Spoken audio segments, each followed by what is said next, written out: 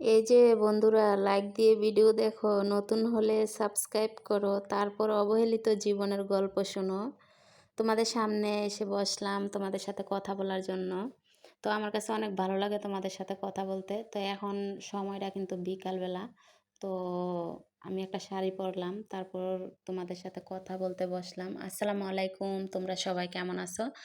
আশা করি যে যেখান থেকে আমার এই ভিডিও দেখছো সবাই অনেক ভালো আছো, সুস্থ আছো। আর প্রতিদিনের মতো আমিও একটা ব্লগ নিয়ে আসলাম তোমাদের শারমিন আপায়। তো যাই হোক, আমি মনে করি তোমাদের কাছে আমার ভিডিও অনেক ভালো লাগে। আর বিশেষ করে একটা জিনিস দেখো, তোমরা যদি ভিডিওতে লাইক দাও, আমরা কিন্তু মানে মোটিভেট হই ভিডিও বানানোর জন্য, কারণ অনেকটাই ভালো লাগে। আর যে যে যেখান থেকে দেখো কমেন্টে জানাইবা। আর আরেকটা বিষয় হচ্ছে, এই ভিডিওটা যেমন দেখতাছে 100 মানুষে, 50 জন মানুষে, তাহলে কিন্তু 50টা লাইক হওয়ার দরকার। তো তোমরা কেন যে লাইক দাও না জানি না। তো যাই হোক, এ, আমার জীবনের গল্প আর কত তোমরা শুনবা। তোমাদের সাথে আমি সব কিছু বকবক বকবক করতেই থাকি, আসলে সব কিছু তোমাদের সাথে শেয়ার করি। জানি না তোমরা কে কি মনে করো। আমি যদি একা এই রুমের মধ্যে আমার মনের মধ্যে নিয়ে আমি এই কথাগুলো রাখি, তো আসলে আমি নিজে ফাঁপড়ে যাবো। এই জন্য কিন্তু আরও তোমাদের সাথে আমি শেয়ার করি। তো পাষাণ মানুষরা কিন্তু এগুলা বোঝে না। পাষাণ মানুষরা বোঝে তারা একা থাকা, মানে তাদেরকে যে কেউ ষড়যন্ত্র না করে, কাউরে যে কোনো কিছু খাওয়ানো না লাগে, কাউরে যে কোনো কিছু দেওয়ানো না লাগে। তো এরকম তা আসলে যারা মানে বোঝো তারা কিন্তু ঠিকই বুঝতাছো। তো এরকম কিছু মানুষ আছে জীবনে জড়ানো, যে মানুষের যাতে দেওয়া না লাগে, কষ্ট করে পরিশ্রম করে ঠিক আছে, যাতে তার পরিবার পরিজনরা না খায় বা না কোনো কিছু দেওয়া লাগে, এরকমভাবে কি দূরে মানে থাকার মন চায়। তো এই জন্য হচ্ছে তার মতোতে ভালো থাক, দোয়া করি। আর পরিজনরা যদিও বা কষ্ট দিয়ে মানে সুখে থাকতে পারে, তো সুখে থাক, সমস্যা নাই। টাকা পয়সা বড় কথা না, কিন্তু মানুষের যোগাযোগটা হচ্ছে সবচেয়ে বড় কথা। কিছু কিছু মানুষ আছে মানে বউ বাচ্চাদের সাথে যোগাযোগ রাখতে চায় না, আবার কিছু কিছু মানুষ আছে বউ বাচ্চার জন্য মানে অনেক পরিশ্রম করে। তো আসলে আমার অনেক হাসি উঠে যায় এগুলো কথা বলতে গেলে। তো যাই হোক, যারা নাকি না বোঝে আল্লাহ তারা বোঝার তৌফিক দিক। আর কিছু কিছু সময় দেখো স্বামী স্ত্রীর মধ্যে কিন্তু এমন একটা মানে সম্পর্ক, এমন একটা জড়িত আত্মার মানে মিল, যে একটা মানুষের সাথে একটা মানুষের কথা না বললে একদিন থাকতে পারে না। আর এমনও প্রবাসী স্বামী আছে, দিনের পর দিন, সপ্তাহের পর সপ্তাহ, মাসের পর মাস পার হয়, তারপরও মনে পড়ে না একবার যে আসলে একটু ফোন দিতে হয় বা একটু খোঁজখবর নিতে হয় মানুষটা কেমন আছে। তো আসলে প্রবাসীর বউরা কিন্তু মানে একটু স্মার্ট হয়ে চলাফেরা করে, এটা আছে একটা। আর আরেকটা হচ্ছে যে, যেহেতু সে একটা প্রবাসীর বউ, তাইলে তার সাথে কি যোগাযোগ রাখার দরকার, যোগাযোগ রাখার দরকার, যে বাড়িতে কেমন আছে বা ভালো আছে না মন্দ আছে, এটা আর কি বিষয়। তো যারা না বোঝে আল্লাহ যে তারা বোঝার তৌফিক দেয়। কারণ যে কোনো একটা নারীই হোক, একটা প্রবাসী স্বামীর হাতে যদি পড়ে, তার সাথে মানে যোগাযোগ রাখতে হইব, ফোন করতে হইব, ভালো মন্দ জানতে হইব, কি আছে কি নাই, এই জিনিসটি খোঁজ খবর রাখতে হইব। কারণ সে অনেক দূর, এমন না যে গাড়ির মধ্যে উঠলো সকালে আসা পড়লো রাত্রে, এরকম না। এটা হচ্ছে অনেক দূর। তো টিকিট কাটতে হইব, মানে তার সময় করতে হইব, তারপরে আসতে হইব। তাইলে ফোন দিয়া, অন্তত ফোন দিয়া মনে সান্ত্বনা দিয়ে রাখতে হয়। তো যদিও একটা প্রবাসীর বউ এমন কিছু দিন পার হয়ে যায় যে অস্বাভাবিক মনের মধ্যে ঝড় তুফান হয়, ফোন আসে না, তারা তাইলে এই প্রবাসী স্বামীর জন্য স্ত্রী কি সারপ্রাইজ করতে পারে, তার জন্য নতুন কোনো কিছু করতে পারে। তো এটা আর কি আসলে না বুঝলে যার যার কপালে হাতে পায়ে তার কুড়াল যদি তে মারে, কিছু করার নাই। কারণ বর্তমান যুগটা একটা মেয়ে মানুষের মানে একটা মেয়ে মানুষের শান্তির জন্য সবচেয়ে বড় উত্তম জিনিস হচ্ছে তার স্বামী। তো যখন নাকি এই জিনিসটা না বুঝে, বোঝার চেষ্টা করে না, মোটেও চেষ্টা করে না। একটা মানুষ রাগ করলে হয়তো 2 দিন, 1 দিন, 3 দিন এরকম করতে পারে। আর একটা মানুষ মানে কোনো রাগ না, গোসা না, কিচ্ছু না, মানে হ্যাঁর মতো হ্যাঁ কইরা যদি এরকমভাবে হঠাতে ফোন না দিয়া মানে এভাবে থাকতে পারে, তাইলে এটা কি বোঝা যায়? কেমন মনের মধ্যে কোন জিনিসটা পড়ে? যারা আসলে সংসার করে, সংসারে একটা মাইয়া, তারা ঠিকই বুঝতে পারবো যে একটা মানে স্বামীর ওপরে স্ত্রীর কি দায়িত্ব আছে। তো দায়িত্ব পালন না করলেও সমস্যা নাই, না করুক। দায়িত্ব পালন করার মতো আমি একজন আছি। আমারে আল্লাহ রাখছে। আমার সন্তানের জন্য আমি আছি। আমি দেখমু সব কিছুই। ১ মিনিট ফোনও তো পাও না, তাই না? তো যাই হোক, না ফোন দিয়া যদি সুখে থাকতে পারে, ভালো থাকতে পারে, তো আল্লাহ রাখুক ভালো। দেখো একটা জিনিস বুঝাই, আসলে আমি মানে এই কথাটা যে বুঝাইতে চাইতেছি, তোমরা কেউ মানে এটা মনের মধ্যে নিও না যে আসলে মনে হয় যে হ্যাঁ নাই এইগুলা। যদি ধরো একটা মানুষ ৩ মাস ৪ মাস ফোন না করে, তাইলে আমি একটা মেয়ে মানুষ, আমার একটা ছোট বাচ্চার সাথে একটা চাউলের বস্তা লাগে। হ্যাঁ, একবেলা হয়তোবা যদি নাও সারাদিনে ১ পট চাউলের ভাত রান্না করি, তারপরও খাইতে পারি না। কারণ টেনশন মনের ভিতরে। তো নাও যদি খাই, ১ পট চাউলের ভাত তো রান্না করি, তাই না? তো এই চাউলগুলা লাগে। হলুদ, লবণ, মরিচ, তেল, জাল যা কিছু আছে সম্পূর্ণ লাগে। তো এইগুলা জিনিস কিন্তু আসলে লাগে যে লাগাইতেছি ঠিক আছে, কিন্তু এই খবরটা নেওয়ার মতো মানুষটা নাই। ঠিক আছে? তো এই খবরটা যদি নেওয়ার মতো একটা মানুষ না থাকে, ১ সপ্তাহ ফোন দিত না, ২ সপ্তাহ ফোন দিত না, ১ মাস ফোন দিত না, ২ মাস ফোন দিত না। তাইলে মাসের পর মাস যদি একটা মানুষ ফোন না করে, তাইলে তার ওয়াইফ কি নিয়ে বাঁচবো? বলো? হায়াত আল্লাহ যদি রাইখা থাকে দুনিয়ার মধ্যে, জীবিত বাঁচা একটা আছে, আর জিন্দা লাশ একটা আছে। তো এইটা আরকি। আসলে এই এই এই কষ্টের জিনিসটা আমি কাউরে বুঝাইতে পারি না।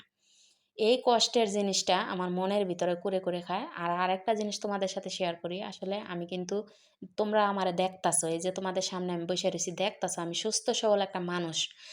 আমার যে হার্টের সমস্যা, আমার রাত্রে হঠাৎ কইরা বুকটা এত ব্যথা করছে, আমি খাটের উপর একবার শুই, টাইলসের উপর নিচে আইসা একবার শুই। মানে কেমন লাগতাছে আমার শরীরটা, আসলে আমি নিজেও জানি না। এত খারাপ লাগছে। তখন এ মানে যখন নাকি ফজরের আজান দিয়া দিছে, তখন আমি নামাজ পইড়াইয়া শুইছি। তারপরে একটু চোখটা লাগছে। মানে ফজরের নামাজ পড়ার পরে তখন যাইয়া মানে সারা রাত্র আমি এই মানে অস্থির লাগতাছে শরীরটা। আর কেমন লাগতাছে আমি নিজেও জানি না।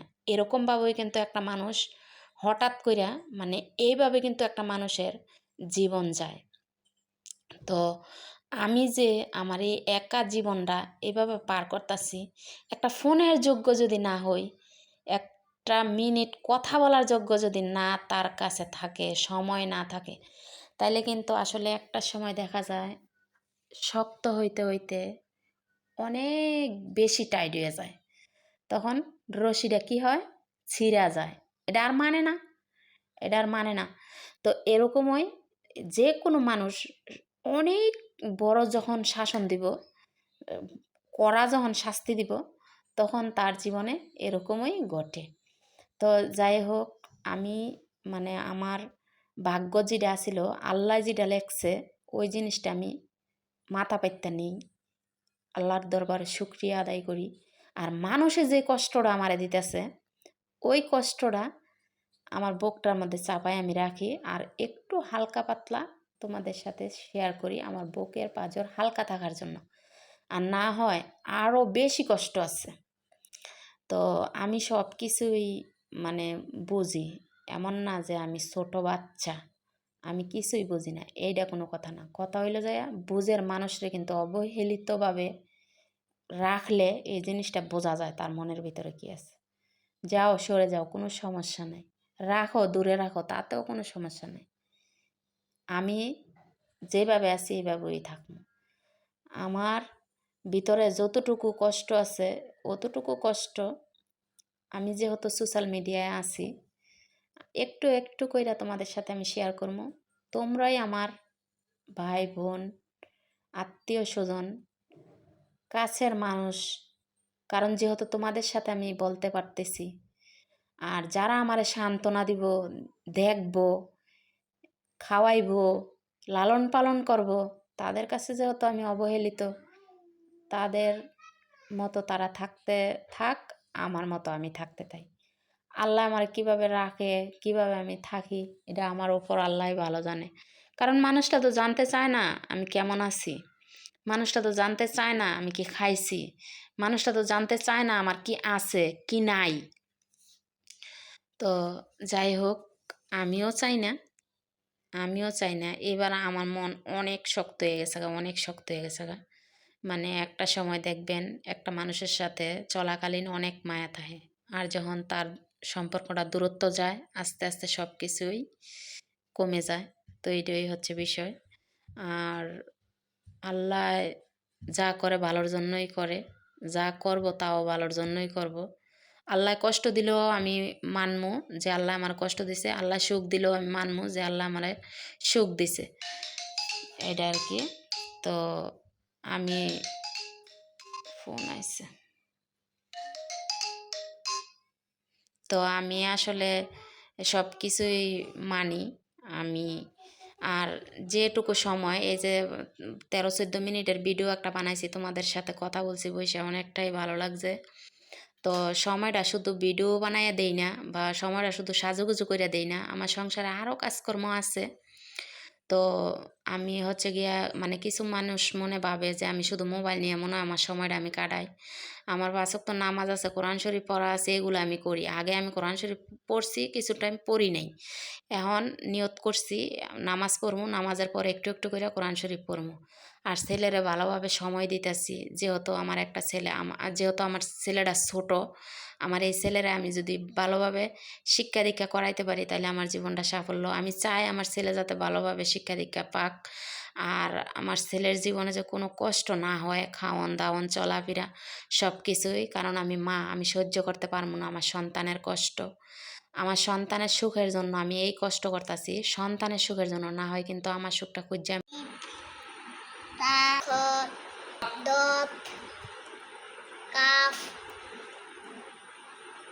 আইন Ayin, Queen, সিন Sin, Ro, Ro, হ্যাঁ। Ro. তো আসলে আরবি পড়াটা যে পড়ছে এটা কিন্তু উল্টা পাল্টা, মানে এক পাতা পড়ছে আর এক পাতা 4 নাম্বার লাইনে আছে, এটা আর কি। তো আমি ওই এই লেখার জায়গাটা অফ করে দেওয়ার কারণ আছে, আমার বাচ্চা লেখতাছে আর মানে হ্যাঁ কেমন জানি শরীরের করতেছে, মানে বইসা যেমন শান্তি পাইতেছে না মোড়ামুড়ি। তো এই জন্য হচ্ছে এটা আমি সাইলেন্ট করে দিলাম। তো মাশাল্লাহ, সবাই দোয়া করবেন আমার ছেলের জন্য। দেখেন আমার ছেলের হাতের লেখা, তো কিছুদিন লেখছিল প্রথম, পরে আবার লেখা বন্ধ করে দিছে, তো এখন আবার লেখাইতেছি। তো বন্ধ করলে চলবো না, এখন মানে এর পিছনে উঠটা পড়ে লাগছি যে সুন্দরভাবে বাচ্চারা লেখাপড়া করাইতে পারি। এদিক সেদিক ঘোরাফেরা বেড়ানো সব বন্ধ করে দিলাম, কারণ এই বেড়ানো ঘোরাফেরা করলে তো বাচ্চার লেখাপড়া হইব না, এমন একটা বিষয়। আর বেশি জরুরি এমন কোনো কিছু না হোক দোয়া করি, যদিও বা এরকম কোনো কিছু হয় তাইলে মানে যামো, কিন্তু বৃহস্পতিবার হইলে, শুক্রবার হইলে যদি আমার কোনো প্রয়োজন লাগে যেমন দেখতে যাওয়া তাইলে যামো, আর না হয় এমনি দৌড়াদৌড়ি করলে আমার ছেলের পড়া হইব না। এই জন্য হচ্ছে এক জায়গায় মানে থাকতে হইব। তো যাই হোক, এখন হচ্ছে মশালা দিলে এখন কিন্তু মশাল্লা এবারটা সুন্দর হয়েছে বেশি।